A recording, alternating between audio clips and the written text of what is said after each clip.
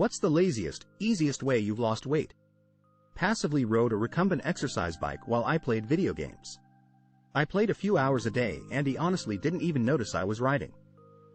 Look down at the end of the night to see I've rode 20 plus miles. One day I played games all day and it said I rode over 100 miles and burned like 6,000 calories. Before I wore that thing out, I think I lost like 40 pounds over one summer edit. Sorry, I couldn't reply to everyone. Didn't know this would be such a conversation starter. So I don't remember the brand or model of what I was using, although I know it was very heavy and very sturdy and had a tiny little screen so it didn't block the TV.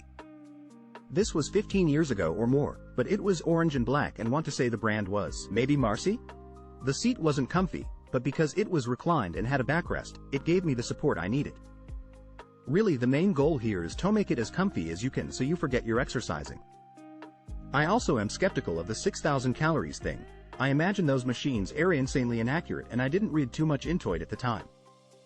It was more the mileage I was concerned with really. My opinion, the best games to play are those big RPGs like Oblivion, Skyrim, Dragon's Dogma, Dragon Age, etc. Really any game that has lots of traversal of the map or even relaxing games like The Sims or Stardew Valley. Racing games are good too, but shooters are tough because you tend to stop pedaling when you need to focus. I played on PS3 at the time, but nowadays, really anything where you have a wireless controller would work. To anyone thinking about doing something like this, my advice is to simply stick with it.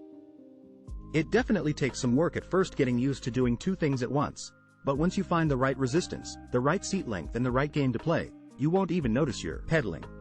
Keep sticking with it and trying new things until you get the right combo and you'll be golden. Good luck. Stopped drinking sodas. Sometimes I'm too lazy to make dinner and just have sleep instead. Got Invisalign. I stopped snacking throughout the day because I was too lazy to take the retainers out. Salmonella. I lost 6.5 kilograms in 7 days. Intermittent poverty is good and experiencing a mahor depressive episode are my go-to for what it's worth. Rave scene. Ecstasy and LSD don't really mix with food. Walk whenever possible. Unsubscribing my DoorDash membership. Hard drugs and severe depression really did the trick for me. By not eating. I was a fatty in middle school, had a lazy summer after 8th grade playing video games, guess I forgot to eat, came back for 9th grade and everyone was like, how'd you get so skinny? Honestly thought I was still fat, didn't even realize I lost all that weight lol. What's the most insane thing you've put your body through? I carried a woman 4 miles down a rocky trail after discovering she'd injured herself. Storms were approaching and she was not quite below tree line. I learned later that she'd broken her tibia and fibula. I'm a 5 feet 6 inches 130 pounds woman. I was insanely serethy next day. 7 years of extreme alcohol abuse to the point that my liver was on the verge of failing and my doc told me either I quit or die inside of the next year. That was 26 years ago and now I'm a proud grandpa. I just survived a 13.5-hour surgery. I had a blood infection that covered my insides and my heart. Idle to valve replacement. But clearing the infection is what took forever. Then, 8 days on the ECMO machine while in an induced coma, and a total of 50 days in the hospital. I'm incredibly lucky to be alive. I'm 66. It forced me to retire. A juice diet for 22 days. On the 22nd day my juicer jammed on a carrot, and THE cup on the bottom that catches the juice fired out at Mach 3 sending carrot juice all over my kitchen. I said, UCK this, and drove straight twan and out. Windshield. 2 rounds of chemo along with monthly shots that kick my bone marrow into overdrive. Slated for my 3rd chemo round by year's end. My leukemia is treatable but not curable so I get to do this every so often until a cure is found. Edit. Thank you so much for all your comments, and my first awards. I wanted to state since it's been asked a couple times that my leukemia is a rare subset of chronic lymphocytic leukemia, KLE. I don't like sharing the exact type to maintain some anonymity online as I'm heavily involved in advocacy and thus would be easy to track IRL, but if anyone is interested, I'll gladly share more info via PM. As for now, I'm headed back to bed. Best to everyone and big hugs to everyone going through similar.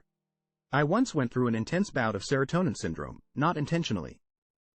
My doctor prescribed me 2 antidepressants that shouldn't be taken together. I ended up taking 2 high doses of one of them, then about 8 hours later I was in a hospital with severe anxiety, shakes, fever, extremely high heart rate, etc. I was like that for about 4 days before I was discharged, and then the effects didn't fully wear off for nearly a month. Absolute worst time of my life, and I struggle to even grasp what all my body went through during that time. I told myself I could run a marathon. So I started training, and did pretty good to start. I did a couple of 10 kiloseconds and a 20K. I scheduled a half marathon and trained for it and did fine while training. Well, the day of the half marathon it was so much hotter and humid than I had trained for. About 5 miles in I realized I was in trouble. I was sweating like crazy, and I couldn't hydrate fast enough. About 9 miles in I started cramping and had to walk. I decided to push through and ended up walking the rest of the way. Then I sat down and everything in my body started cramping. My toes, fingers, sides, neck, legs. It was awful. My wife saw I was doing bad and went and got a medic. Then the next thing I remember, I woke up in the back of an ambulance. My wife was there as well. It took us to the closest hospital and put me on an IV to rehydrate me. And about 8 hours later I started feeling better. Once spent 56 hours in a row awake when I deployed to Iraq. And it wasn't like an overnight gaming session. It was August in a ucking desert with full gear. The regular sleep cycle was already hit, but we kept taking mortars during my sleep cycles. There was a point around 40 hours in that I thought I would die of exhaustion, and a small part of me wished the mortars would at least offer some relief. Alcoholism to the point of alcoholic hepatitis. After 7 days of detox, I'm 14 days sober.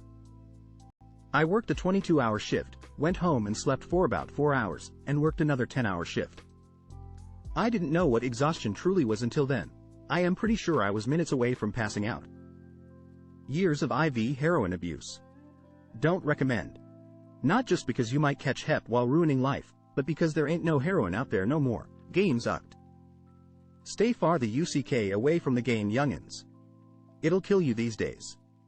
30 years of hardcore alcoholism and drug addiction. Shouldn't even be here, but I am smiley face, sober 13.5 years now. How do you deal with loneliness? Educational videos, podcasts, cooking, journaling. If I'm alone, then I'd like to work on improving the only person I'm in contact with, me. I suffer in silence. I got a bunny. The bunny didn't like me, so I got a second bunny. That bunny was nicer. And made the first bunny nicer. So the answer is redundant bunnies. Music. All day. Maladaptive daydreaming. For me, I learned to be my own company. At a certain point, I was using other people to get me to go and do things. Meet up for lunch. Let's go see a movie. We can go explore a new place together. Eventually, I figured out the loneliness looks a lot like boredom. I felt bad by myself because I never did anything. Once I learned to flip that, I would go and do things with myself as company all the time. Then things got really fun. As naturally happens, that's when I started to find myself in the company of like-minded individuals. These days, I don't get as much time with myself as I would like, and honestly, I miss it a little bit. Masturbation and illegal drugs.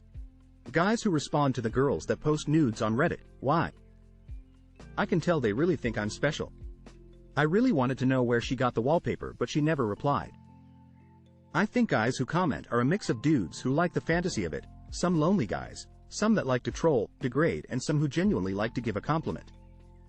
It's a mixed bag really. I'd never look at nudes, that's sinful and disgusting.